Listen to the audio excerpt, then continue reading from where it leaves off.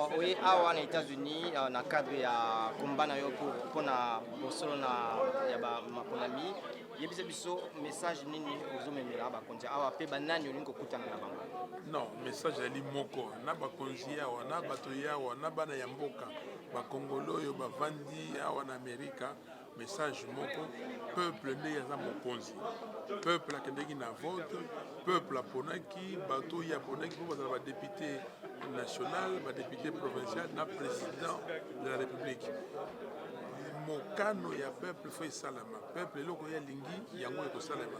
Ezali te moto oyo ya ye anome moto na ye anome bato na ye bongo totika ngo ndenge wana tozali babipumbulu te, tozali bato oyo te bokozo lokola bapapier bopesa bango nyonso bandima te.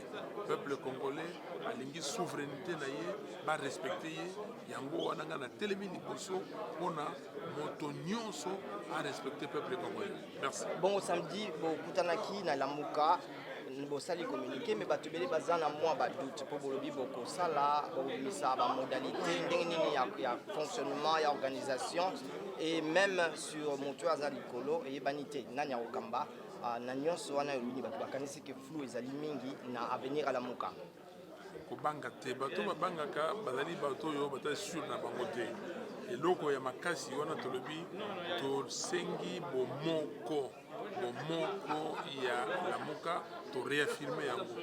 Donc bolingi susu nini soki moto ya koya kokamba oza moto mosusu ya nini lelo oyo moto akambaka Lamuka kokamba Lamuka totiaki moto te liboso akamba totiaki candidat commun ye ezalaki ngai oyo tokenda nini sikoyo tolobi ke tokocontinue tokomisa ngo plateforme politique bozela kobanga te. Merci. Bongo loboko oyo gouvernement Tshisekedi epesi bino boseli nango nini?